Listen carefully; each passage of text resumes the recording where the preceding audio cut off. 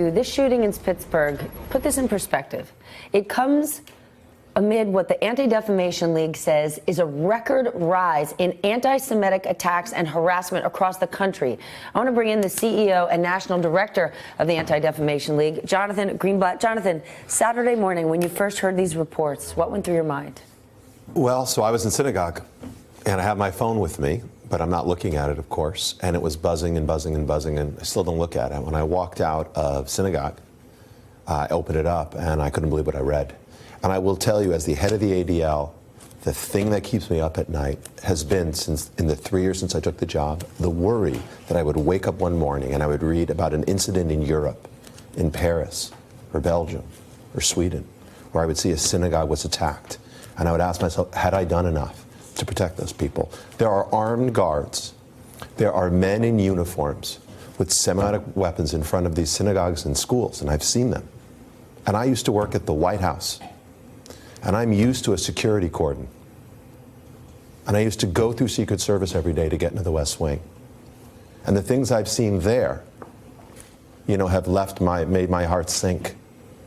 And here it was happening right here in this country at home at the kind of synagogue that I was literally in myself. Well, then take us there. Tell us about the Squirrel Hill neighborhood. Is this a place that it doesn't certainly sound like it's a place that has a lot of conflict? It's certainly not known for intolerance. It's a community. Are you kidding? Right. Like, this is a neighborhood. This is what you would call in Yiddish a heimische neighborhood. And these people were grandparents and mothers and fathers. In this neighborhood, my phone and my email have been inundated over the last 48 hours with people telling me I was married there, I grew up there, I went to Hebrew school in that synagogue, I was bar mitzvah in that very place. Literally, a member of my communications team called me almost in tears on Saturday. So this hits home. And I think something that's important to note, racism isn't only the problem of black people, it's all our problem. And homophobia isn't the problem of only gay people, it's all of our problem. Anti-Semitism only isn't an issue for the Jewish community, it is everyone's problem. And we know from history that Jews are the canary in the coal mine.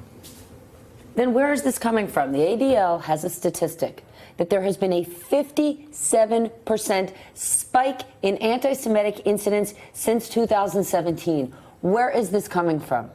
So I think there are a few things to keep in mind. So I think, number one, anti-Semitism has always been with us. They call it the oldest hatred for a reason.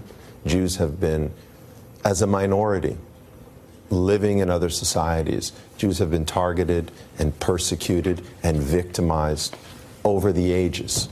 So there's nothing new, and there have been anti-Semitic attitudes in this country since it was founded. However, why now? Yeah, why now? Why the most lethal and violent attack on our community in the history of the United States? Number one, I think the political environment absolutely contributes to it. And what do I mean by that? We have people at the highest levels of authority. We have the president who uses a phrase, America first, and who talks, which is a phrase that was developed by Lindbergh in the 30s.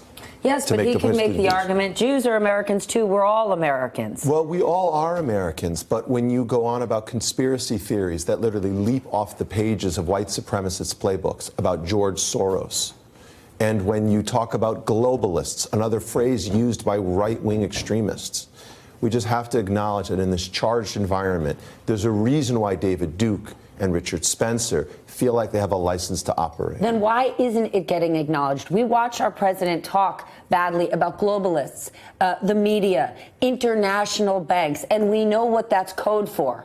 Why don't leaders today, or we've heard this, why don't leaders today stand up and say, this isn't right? I mean, it is a sad state when anti-Semitism is almost becoming normalized, when suddenly we just roll our eyes at the abnormal. And you've seen it now really infest and take hold in the political conversation.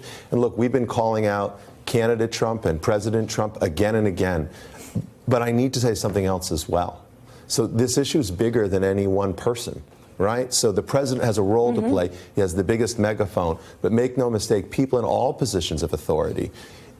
And here's what I mean. That 57% increase which is very real. These are acts of harassment, vandalism, and violence. We saw almost a 90% increase of acts on colleges and universities.